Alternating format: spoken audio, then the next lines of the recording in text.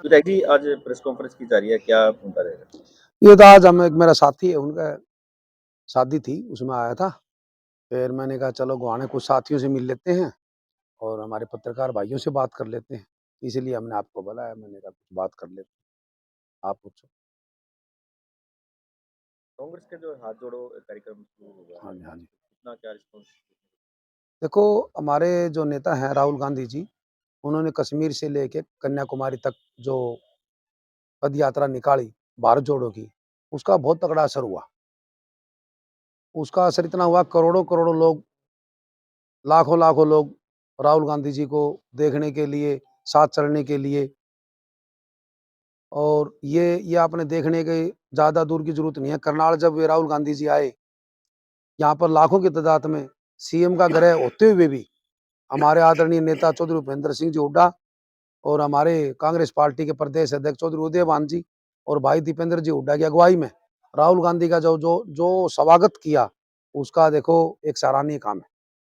तो इस यात्रा का बहुत फर्क हुआ और उसी की कड़ी में हमारे नेता राहुल गांधी जी ने एक और जो हमारे आदरणीय नेता चौधरी भूपेंद्र सिंह जी हुड्डा ने ये फैसला किया कि हरियाणा प्रदेश के अंदर, पूरे देश के अंदर एक हाथ जोड़ो, जैसे हाथ से हाथ मिला के जितने भी कांग्रेस पार्टी के साथ ज्यादा संख्या में जुड़ेंगे तो तभी कांग्रेस पार्टी सत्ता में आएगी। मोहन भागवत है, आरएसएस प्रमुख, हाँ जी, हाँ उनका जी। एक बयान सामने आया है कि समाज को जो है तोड़ने का जो काम है, फाड़ने का जो है, ब्राह्मणों का बताया कि ब्राह्मणों ने इसको कराया है। बिल्कुल, मैंने भी सुने हैं बयान ये। देखो, ये बयान बहुत निंदनीय बयान है।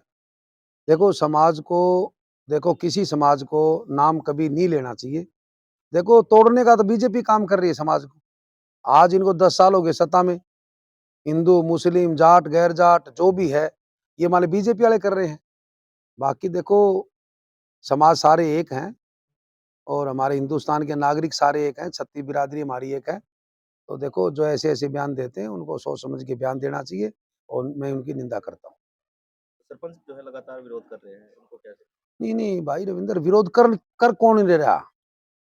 9 साल से हर वर्ग दुखी है। कर्मचारी दुखी है, व्यापारी दुखी है, मजदूर दुखी है, किसान दुखी है, हर वर्ग दुखी है। जब कोई बारी किसकी आती है, 13 महीने किसान दिल्ली बॉर्डरों में बैठे रहे, 750 से ऊपर किसान शहीद हो गए। पिछड़े वर्ग की बात करें हम, पिछड़े वर्ग का क्रीमी लेयर की बात करें हम, क्रीमी लेयर एक बहुत बड़ा मुद्दा है। पिछड़े वर्ग का हक खाने के लिए इन्होंने सारे षड्यंत्र रच रखे हैं। पिछड़े वर्ग ने घने आंदोलन कर लिए, घने ज्ञापन दे दिए, भाइयों ने यात्रा करी रोहतक से चंडीगढ़ तक, ज्ञापन नहीं लिया पिछड़े वर्ग का। तो न्यू बताओ कि इस 9 साल के अंदर कौन सा वर्ग सुखी है?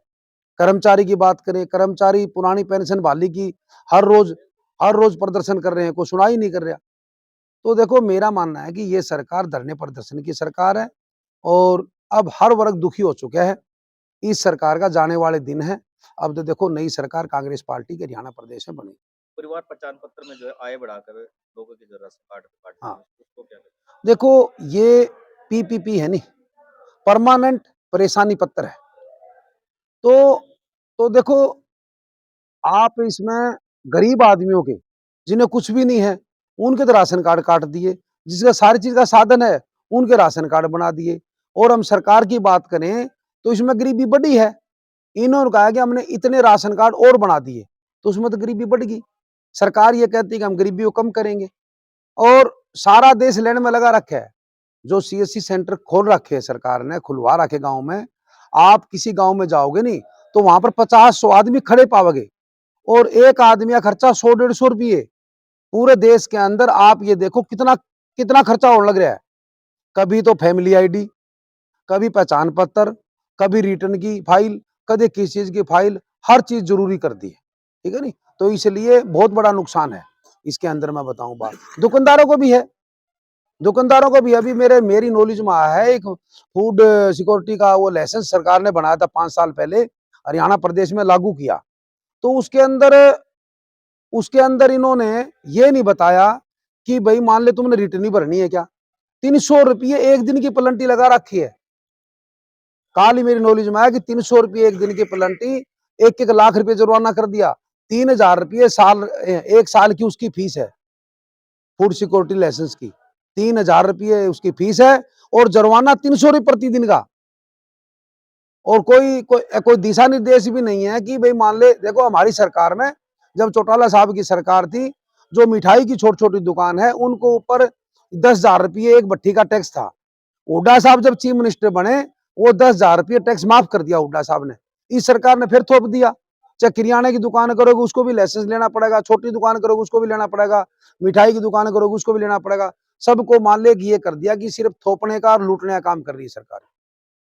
तो गृह मंत्री अमित शाह जो है गोहाना आना था वो हाँ कैंसिल जी, हो गया था। हाँ जी। तो अब जो है दोबारा जो है करनाल में कार्यक्रम रखा गया, क्या करें? नहीं नहीं, ठीक है, देखो वो तो देख सरकार है, सरकार में गृह मंत्री है देश का, कहीं भी आ सकता है, उनको हम रोक सकते हैं। बाकी एक बता देना चाहता हूँ आपके चैनल के माध्यम से, आज का दिन जनता इनसे दुखी है, चाहे गृह मंत्री जी आए, चाहे प्रधानमंत्री जी आए, चाहे आदरणीय मुख्यमंत्री मनोहर लाल खट्टर आए, बाकी इनसे सभी दुखी हैं। मैं तो आपको बताना चाहता हूँ हरियाणा प्रदेश के अंदर कांग्रेस पार्टी की सरकार, चौधरी भूपेंद्र सिंह जी हुड्डा मुख्यमंत्री बनेंगे और देश में कांग्रेस पार्टी की सरकार बनेगी। एक बात और सर, जैसे पिछले सालों में ले जाना चाहूँगा आपको। हाँ जी। जैसे जनसंख्या पे कोई कानून तो नहीं बन पाया। इंदिरा जी ने पहले खाली हिंदुओं की नसबंदी कराई गई, इस पे क्या कहना? चलो अब ये बीजेपी की सरकार बनने ये कर देगी भाई। इंदिरा जी जो बेचारा इस देश में नहीं, धरती के अंदर, तो उसका मान लिया अपन उसके ऊपर क्या करांगा। जो आज मौजूदा है, इन्होंने 9 साल में क्या कराया? क्या आपकी नजर में पहले वाली कांग्रेस अब भी है? नहीं, कांग्रेस का टेम में काम बने देश में भाई, काम जो बने देश के अंदर कांग्रेस का टेम में बने, गरीबों के लगाओ, चाहे व्यापारियों के लगाओ, चाहे देश इसके फैसले लगाओ। बाकी इन्होंने 9 साल में किया क्या? सिलेंडर का भाव 370 वाला 11 मान 1070 कर दिया, तेल का भाव 50 वाला 100 रुपये लीटर कर दिया। तो ये खाद्य सुरक्षा कानून कौन लेके आया? कांग्रेस पार्टी लेके आई। 100 वर्ग गज के प्लाट किसने दिए? कांग्रेस पार्टी ने दिए, हुड्डा साहब ने दिए। तो देखो काम जो करे कांग्रेस पार्टी ने करे, हुड्डा साहब ने करे। हरियाणा प्रदेश की बात करें तो, और देश में जो आज तक जिसका ज्यादा राज रहा है कांग्रेस का रहा, तो कांग्रेस का टीम में ही काम हुए हैं।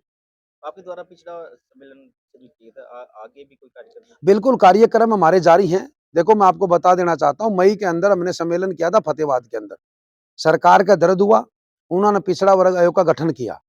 उसके बाद के अंदर फिर हमने गोहाना के अंदर सम्मेलन किया अगस्त के अंदर।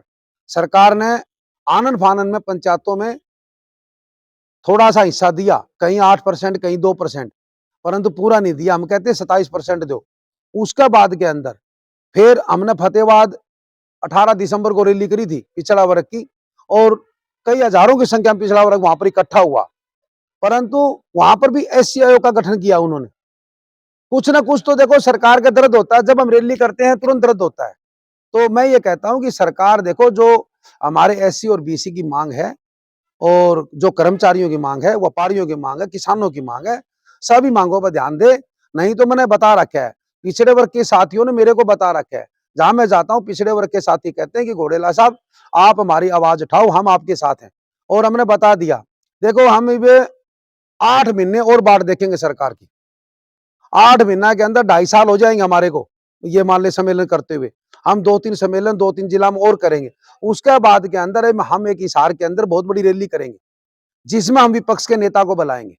देखो सरकार तो हमारी बात नहीं सुनेगी, सरकार नहीं सुनेगी तो हमारा फर्ज रख, फिर उसके बाद में हमारा काम है विपक्ष के नेता को, ले भैया हमारी ये मांगे हैं, आप बताओ। तो उसमें हम विपक्ष के नेता के सामने हमारी बात रखेंगे, भाई कल ना आपकी सरकार बने तो आप हमारे काम करोगे।